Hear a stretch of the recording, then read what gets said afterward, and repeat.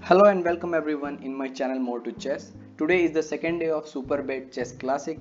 Yesterday each game was drawn and today we have two decisive games. In this video I am going to analyze the game between Wesley So with white and Levon Aronian with black. Wesley starts with the move d4. Levon played knight to f6, c4, e6, knight to f3, d5, knight to c3 and bishop b4. The Ragozin defense of Queen's Gambit declined as we seen yesterday. Now here white played queen to a4 check. This variation is known as the Alekhine variation of Ragozin defense, and I also enjoy playing this line by myself. The idea of this line is delaying the c5 move because black have to play knight c6. So black played knight c6, the only way to protect the bishop and also block the check. So e3 guarding c4 and black castles, the standard move here. Here you can also try some less accurate but aggressive moves like knight to e4, which also worth trying, but here black plays castling. Now bishop to d2, unpinning this king, d takes c4, bishop takes c4 and bishop to d6 in order to free up this knight's mobility. Now the a4 square is no longer useful for the queen, since now black minor pieces can take useful tempos like this.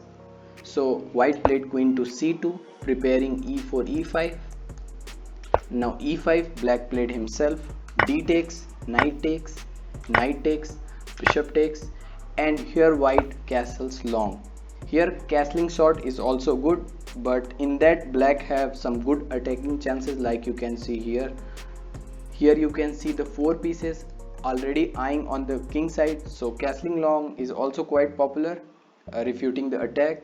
So white plays long castle. Now queen to e7, getting the queen off from this file and also preparing rook to d8. Now king to b1, a prophylactic move. It's always good to play since the king is slightly more exposed on this file. Bishop to e6, attacking the bishop. Bishop take e6, white trades as he has no good option left than this. Now queen takes e6, f3. Since we can see the light square bishops is already traded and white have dark square bishop, so it is a good idea to put all the pawns on light square, and this is also a very common principle, we all know that. Now rook a to d8, e4, bishop to d7, black is trying to develop the rooks. Now bishop to c1, white also wants to trade. Now rook f d8, rook takes, queen takes, and here white played knight to e2. The idea of knight to e2 is playing f4 and taking the center, the dominating center. Here instead rook to d1 is also good, but he played knight e2. Now c6, bishop to e3, activating the bishop, and here black played bishop to e7 with the idea of playing bishop b6, exchanging white's good bishop. Now rook to c1, bishop b6 as planned. Bishop g5, white avoids the trade and pins the rook with the threat of attacking the knight and develop the pawns. So queen to e6, supporting the knight. Now queen to b3, white is trying to exchange the queens. h6, attacking the bishop. Queen takes, f takes, and now bishop f4, saving the bishop. Knight h5, attacking the bishop again. Bishop to e5, here blocking all the knight moves. Rook d2, attacking this knight, and here you cannot move the knight since the g2 pawn is already hanging. So rook c2, the only move. Rook d1 check.